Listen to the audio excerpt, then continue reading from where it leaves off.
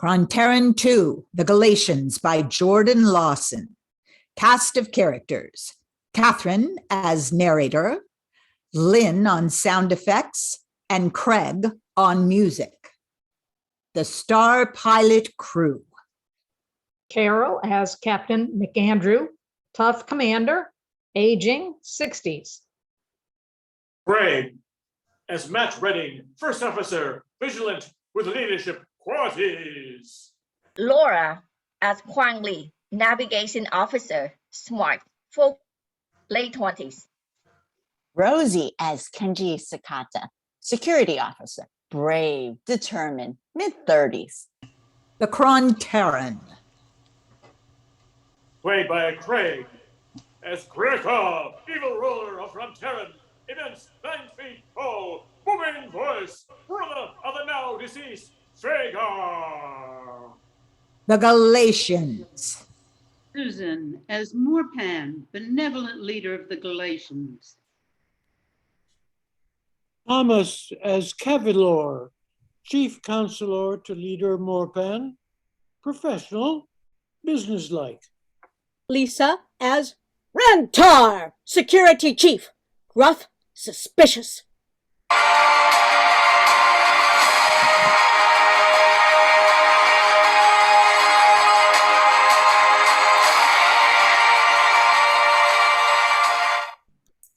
In our last episode, Captain McAndrew and the Star Pilot crew conquered the last of the notorious KRONTARAN, including their evil leader Fagor, who fell to his death on the doomed planet of KRONTARAN. As they leave the vicinity of KRONTARAN, an alert is heard from Navigation Officer Quan Li. Captain McAndrew, an unidentified object is shadowing our ship. They are not responding to our signals. Crew, to your stations, yellow alert. We are being scanned. Continue to signal them. Stay on course to Galatians 4. Captain, they failed to respond to any of our signals. What if they're hostile? Then we retreat. There are other planets to explore. Captain, Galatian 4 is coming into range. We can reach orbit in 6 minutes. And Captain, the other ship has disappeared. Let's not take any chances. Attention crew. Red alert. To your battle stations. All hands on deck.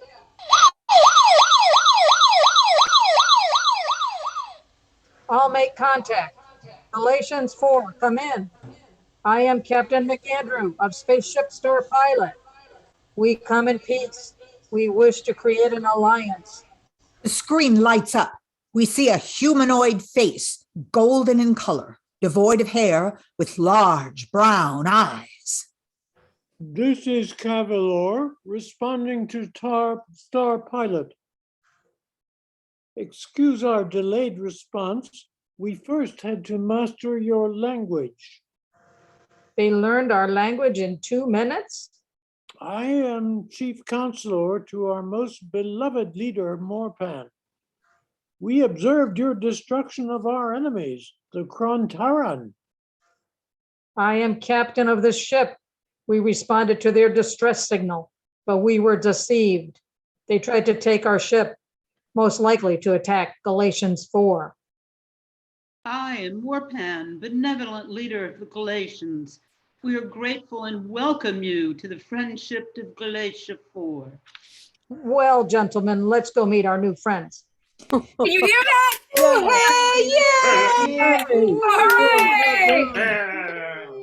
The shuttle descends toward Galatian 4 and lands in a clearing. The starship crew are soon joined by a large group of Galatians.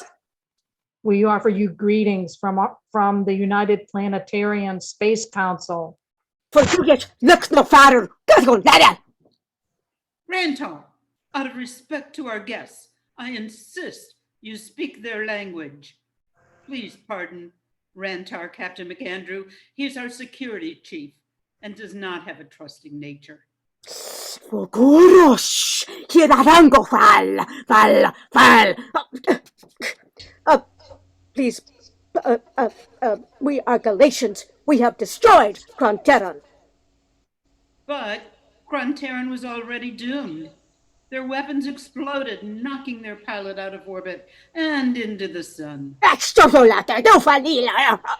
Why should we befriend these Earth men? Enough! This is no way to treat our guests. Come, honored guests. We welcome you to our city.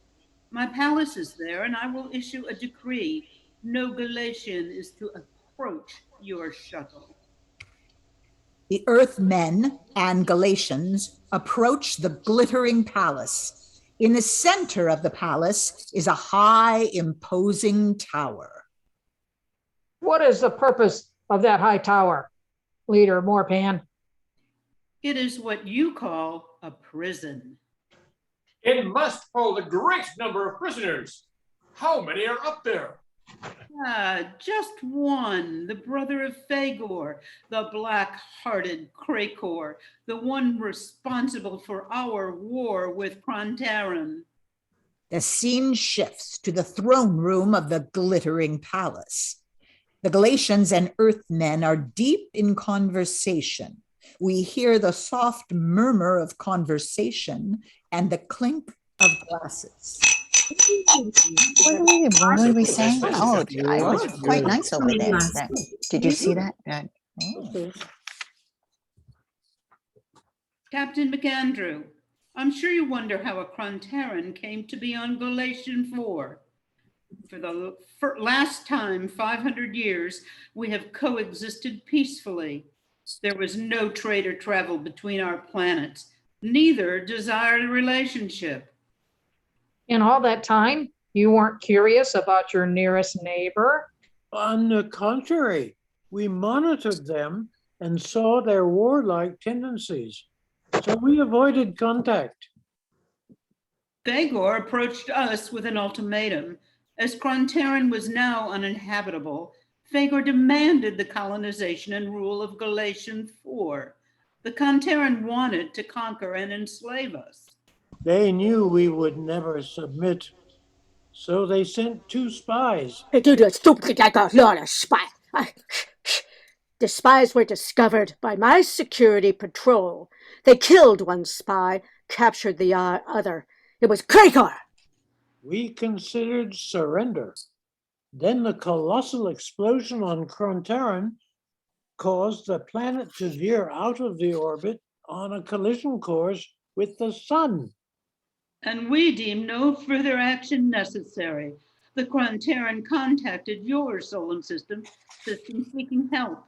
You arrived just in time to save them, but they repaid you by trying to take over your ship.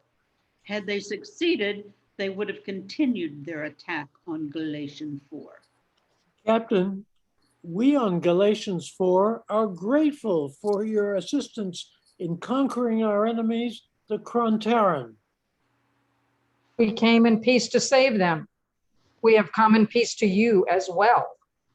I bring an invitation to join the United Planetarian Alliance, including a seat on the council. What do my advisors think? We on Galatian 4 have everything to gain by joining the Planetarian Alliance. An exchange of knowledge, travel to our solar system, trade missions, and security under a mutual defense agreement. I trust the Earth people. They eliminated our enemy. They came in peace. They do not insist that we accept their proposal. I say we do. Let's join the alliance. No, I do not trust them. It is a trick. They come to conquer us. Don't be fools. Send them away. Send them away. We don't need them. They come to attack. Enough, Rantar. You will not insult our guests. Leave my presence at once. Enraged, Rantar storms out and heads for his quarters. These Earthmen will steal our technology and our resources. We must stop them. I have a plan. It is our only choice. The scene shifts to a prison cell in the tower.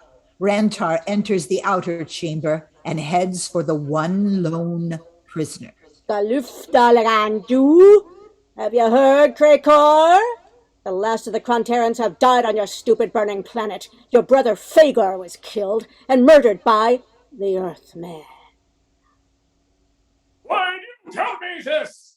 Why do you want of me? I come seeking an alliance, Krekor. The Earthmen killed your brother and your people. They have convinced Morphan to join their alliance. Unchecked, they will steal our secrets and conquer us. We must destroy these Earthmen before they destroy us. What do I receive if I help you? Revenge and your freedom when I assume power as supreme leader of Galatian 4. Yes, I will help you, Rantar, and get my revenge! I have devised a plan to recharge your eye plate, Krekor. Your cell is sealed in a powerful force field. I will divert the power from that force field to restore your energy, Krekor. You must stand where the force field was now. The power is turned on. Krekor is bathed in a blinding light. His body jerks back and forth as it absorbs electrical energy.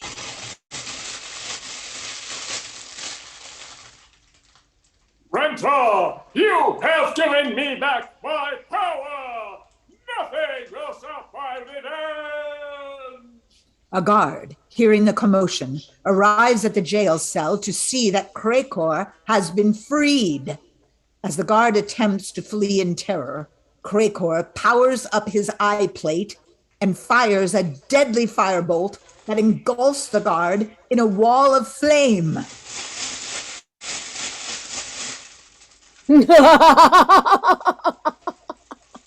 You'll make a formidable ally, Krekor.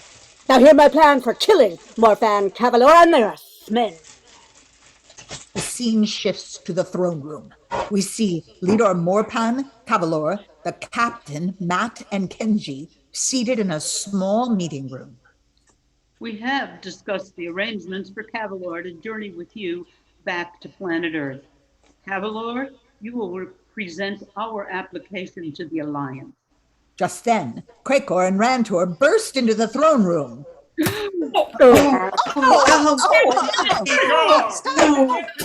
saw you die on KRONTARAN! Careful.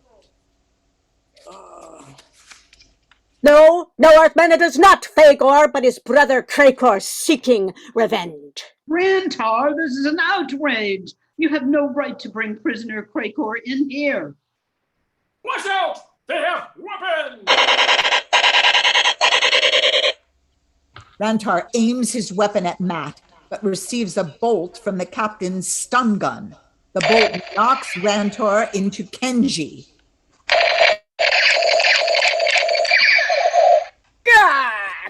Fire! Earthman! Stunned me! Attack them, Krekor! Kenji reaches for his weapon, but a massive arm wraps around his neck. Krekor won't kill me unless you throw down your weapons. Captain, our stun guns have no effect on the KRONTARAN! What do you want, Krekor? I demand transportation off this planet! Let him leave. As this planet is plunged into the sun, there are no other habitable planets in this solar system. Enough! I'll do something or he will kill me. Krekor, stop!